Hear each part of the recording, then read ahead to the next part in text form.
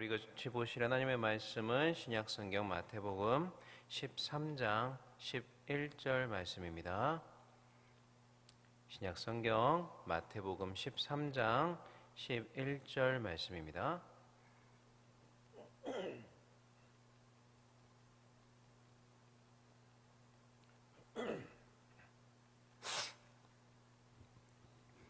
마태복음 13장 11절 말씀, 다 찾으신 줄로 알고 한 목소리를 같이 얘기했습니다. 대답하여 이르시되 천국의 비밀을 아는 것이 너희에게는 허락되었으나 그들에게는 아니 되었으니. 아멘. 지난 2주 동안 다른 주제로 말씀을 드렸기 때문에 이제 도르트 신조에 관한 설교를 잠시 미루어 두었었는데요. 오늘부터 다시 이제 계속해서 도르트 신조에 관한 말씀을 이어가려고 합니다. 이미 이전에 2번에 걸쳐서 도르트 신조 제1랑 15장에 관한 유기의 말씀을 드렸습니다. 그리고 오늘은 그 15장 유기에 관한 말씀을 마무리하려고 하는데요. 그런데 이제 몇 주의 시간이 좀 지났기 때문에 이전 내용들이 좀 기억이 나지 않을 수도 있으니까요. 15장을 마무리하기에 앞서서 이미 드렸던 이전의 내용들을 다시 한번 간략하게 정리를 하고 15장을 마무리하도록 하겠습니다. 자, 우리 개혁주의는 이중 예정을 말합니다. 이 이중 예정이란 하나님의 예정에는 선택의 예정과 또 유기의 예정이라는 이중의 예정이 있다라는 말입니다. 그런데 도르트 신조 제15장 1랑 15장을 보시면 그 초반부에는 이렇게 성경에는 이중 예정이 있는데 성경은 그 중에서 특별히 선택의 예정 쪽을 강조한다. 즉 이 영원하고 분에 넘치는 은혜, 그것이 이제 하나님의 선택의 예정인데 그것을 특별히 강조하고 있다라고 이야기를 합니다. 그러니까 성경이 우리에게, 우리 믿는 신자들에게 더욱 강조해서 알려주고 싶은 것, 우리가 더욱더 알았으면 하는 내용은 이 유기 쪽보다는 선택의 예정 쪽이다라는 것이죠. 그래서 제1랑 15장 초반부는 이렇게 이야기를 합니다. 더욱이 거룩한 성경은 우리가 선택받았다는 이 영원하고도 분에 넘치는 은혜를 매우 특별히 강조하고 있으며 이 사실을 우리에게 더욱 분명하게 드러내주고 있다. 선택 쪽에 훨씬 더 성경은 강조를 하고 있다라는 말이죠. 그렇지만 신조는 이어서 성경은 그러나 분명하게 유기의 예정에 관해서도 이야기를 한다라고 말을 하고 있습니다. 또 계속해서 이렇게 이야기를 합니다. 성경은 여기서 더 나아가 이렇게 증거하고 있다. 그것은 모든 사람이 다 선택받지 않았다는 것이 아니라 하나님의 이 영원한 선택에서 어떤 사람은 선택되지 않았거나 이 선택에서 제외되었다는 것이다.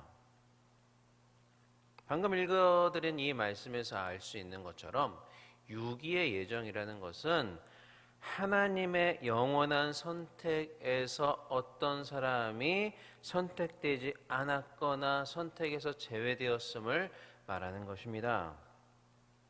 하나님께서 선택하지 않으셨거나 선택에서 제외하셨기 때문에 유기되었다라고 말할 수밖에 없는 것이죠.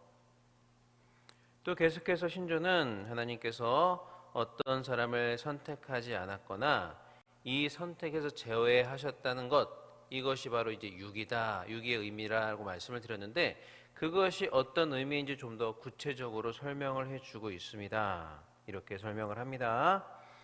다시 말해 그들에 대해서는 하나님께서 완전히 자유롭고 지극히 의로우며 결코 흠잡을 수 없고 변개할 수 없는 선하심과 기쁘신 뜻을 따라 다음과 같이 작정하셨다는 것이다.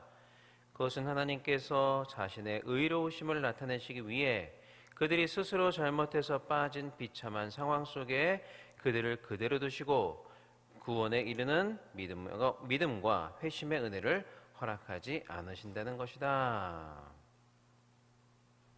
자, 먼저 신조는 유기의 작정 역시 선택의 작정과 마찬가지로 하나님의 완전히 자유롭고 지극히 의로우며 결코 흠잡을 수 없고 변개할 수도 없는 선하심과 기쁘신 뜻에 의해서 작정이 되었다라고 이야기를 합니다. 그러니까 좀 더 이 말씀을 자세히 설명을 드리면, 먼저 유기작정은요, 하나님의 전적 주권의 사역이다라는 거죠. 그러니까 어떤 다른 것의 영향을 받으시지 않고 하나님께서 전적으로 그분의 자유롭고 기쁘신 뜻으로만 우리를, 어떤 사람을 유기하시기로 작정하셨다라는 것입니다. 또한 유기작정은 지극히 의로우며 결코 흠잡을 수 없고 변개할 수 없는 선하심을 따라 작정이 되었다라고 이야기를 합니다. 그러니까 이제 학론파가 우리 개혁주의의 이중예정을 비판하는 가장 주된 비판의 내용이, 이중예정은 하나님을 정의롭지 못한 분으로 만든다라는 것인데, 여기서 신조는 그들의 그러한 비판이 잘못된 것이다라고 분명하게 확실하게 반박을 하고 있는 것이죠. 정의롭고 선한 것이다라고 이야기를 하니까요. 또 신조는 하나님께서 어떤 사람을 선택하지 않았거나 선택에서 제외하셨다라는 말이 구체적으로 어떤 의미인지를 또 이렇게 설명을 합니다.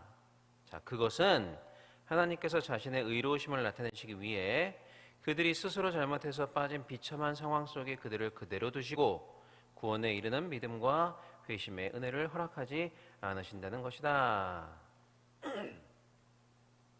이것을 지난 시간에 먼 원인과 가까운 원인이라는 두 가지의 개념으로 말씀을 드렸습니다.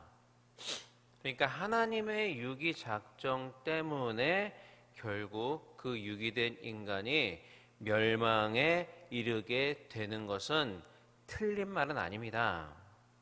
그렇다고 인간이 직접적으로 멸망하게 되는 것이 이 하나님의 유기 때문이다라고 말할 수는 없습니다. 그것은 먼 원인이고요. 아주 직접적인 원인이 있는데 그것은 인간이 지은 죄라는 것이죠. 그래서 하나님의 유기작정을 먼 원인이다. 그러나 좀 더 직접적이고 가까운 원인은 인간이 지은 죄다라는 것입니다. 자, 성경은 모든 인간이 죄를 범하여 하나님의 영광에 이르지 못하는 상태가 되었다고 말합니다. 로마서 3장 23절인데요. 모든 사람이 죄를 범하였음에 하나님의 영광에 이르지 못하더니. 자, 이 말씀은 뭐냐? 모든 인간이 죄 때문에 구원받지 못하고 멸망당하게 되었다. 하나님의 영광에 이르지 못하기 때문에 이 말은 곧 멸망에 이를 수밖에 없게 되었다라는 말입니다. 그러니까 하나님의 영광에 이르지 못하는 이유가 뭡니까? 인간이 죄를 지었기 때문이죠. 그래서 인간이 멸망을 당하는 것은 인간 자신이 스스로 지은 죄 때문이며, 이렇게 모든 인간이 죄를 지었기 때문에 원래는 모든 인간이 다 멸망을 당해야 마땅한 것입니다. 자, 그런데 여기서 하나님께서는 자신의 무한한 은혜로 모두가 멸망을 당해야 마땅하지만 그 중에서 일부 사람을 구원하시기로 또 그렇게 선택을 하셨습니다. 작정을 하셨습니다. 그래서 그들을 선택하시고 그들에게 구원에 반드시 필요한 믿음과 회심의 은혜를 주셔서 멸망당하지 않도록 하신 것입니다. 그래서 하나님께 선택을 받아 하나님께서 주시는 믿음과 회심의 은혜를 받은 사람은 유기당하지 않고 구원을 받게 되는 것이죠. 그러나 이 은혜를 주지 않기로 하신 자들, 즉 유기하신 자들은 구원에 꼭 필요한 이 믿음과 회심에 이르는 은혜를 이제 받지 못하였기 때문에 그들은 마땅히 그들이 받아야 될 멸망에 결국 이르게 될 수밖에 없는 것입니다. 그러니까 이런 의미에서 하나님의 유기작정으로 인해 인간이 멸망당한다고 말할 수는 있으나 멸망의 원인을 하나님께로 돌릴 수는 없는 것입니다. 왜냐하면 인간의 멸망의 직접적인 원인은 죄 때문이고, 하나님께서는 다만 의로우시고 선하시고 기쁘신 작정으로 어떤 자들, 유기된 자들에게 구원에 꼭 필요한 회심과 믿음의 은혜를 주지 않으신 것뿐이기 때문입니다. 이렇게 자신들의 죄로 인해서 멸망당하게 된 자들을 하나님은 마지막에 정죄하시고 심판을 하십니다. 도르트 신조 1장 15장 계속해서 읽어보겠습니다. 그리고 마지막에는 하나님께서 자기들 나름대로의 길을 가게 되어 하나님의 의로운 심판을 받게 된 그들의 불신앙 때문만이 아니라 그들이 범한 다른 모든 죄로 인해 정죄하여 영원히 심판하시기로 하셨다는 것이다. 자, 그러니까 하나님의 유기작정으로 인해 믿음을 선물로 받지 못해서 여전히 불신앙 가운데 머무르고 있고, 또한 회심의 은혜를 받지 못해서 그들이 범한 모든 죄를 용서받지 못한 자들을 하나님께서는 정죄하시고 심판하신다라는 것이죠. 이 심판은 인간이 하나님의 길을 떠나서 자기 멋대로의 길을 갔기 때문에 받게 된 마땅한 결과고, 그렇기 때문에 마땅히 받아야 될 것을 주시는 하나님의 심판은 의로운 심판이라는 것입니다. 성경이 그렇게 우리에게 말씀을 해주고 있습니다. 자, 그리고 마지막으로 신조는 이러한 유기작정이 우리에게 보여주고자 하는 바가 무엇인가에 대해서 또 이렇게 설명을 합니다. 이것이 유기에 대한 하나님의 작정인데, 이는 하나님께서 결코 죄의 원인이 아니시고 오히려 무섭고 흠없으신 의로운 재판관이시며 죄에 대해 보응하는 분이심을 말해준다. 그러니까 이 유기작정이 우리에게 보여주고자 하는 것은, 학론파가 우리 개혁주의 예정론을 비판하면서 말하는 것처럼 하나님이 죄의 원인자이시다라는 것이 아니라, 하나님은 무섭고 흠없으신 의로운 재판관이시며 죄에 대해서 보응하시는 분이다라는 사실을 보여주기 위해서 성경은 유기작정을 우리에게 알려주고 있다라는 것입니다. 요 신조 안에 이제 괄호로 되어 있어서 제가 읽지 않은 부분이 있는데, 신조가 괄호에서 무엇이라고 얘기하냐면, 이런 식으로, 즉 하나님을 죄의 원인이라고 생각하는 것은 가장 불경스러운 생각이다라고 철저히 신조는 배격을 하고 있습니다. 그러니까 학론파가 우리 개혁주의 예정론을 이제 비판하는 그러한 비판은 전혀 말도 되지 않는다. 절대로 우리는 그렇게 생각하지 않는다라는 것을 명확하게 밝히고 있는 것이죠. 사랑하는 여러분, 하나님께서는요, 모든 것을 자신의 영광을 위해서 일하십니다. 그리고 이 하나님의 이중 역시 하나님 자신의 영광을 드러내시기 위해서 하나님께서 그렇게 작정을 하신 것입니다.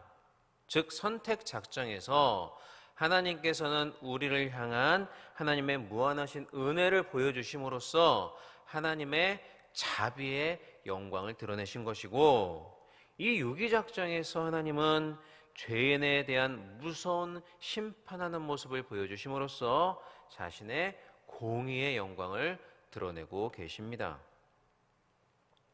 어떤 사람들은요, 사랑이 많으신 하나님께서 어떻게 인간을 지옥에 가게 하실 수가 있는가? 결국에는 하나님께서 모든 사람들을 다 구원하실 것이다 라고 말하면서 만인 구원을 주장을 합니다.